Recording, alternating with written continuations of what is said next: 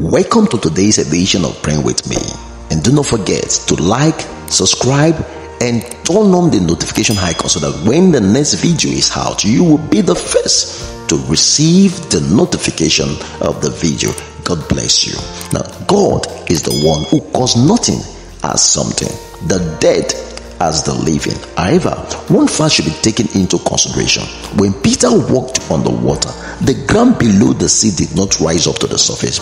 He could walk only by the power of the Lord.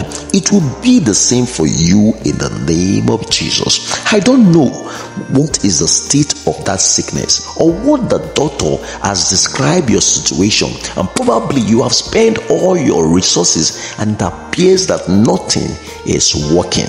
But I need you to understand that if only you will believe and obey the word of the Lord, the power of the Lord will come upon your body to heal you in the name of Jesus. Receive the healing of the Lord upon your flesh in the name of Jesus. Every form, every word that has been spoken by the Lord concerning healing will be restored upon your body in the name of Jesus. You are healed in Jesus' mighty name.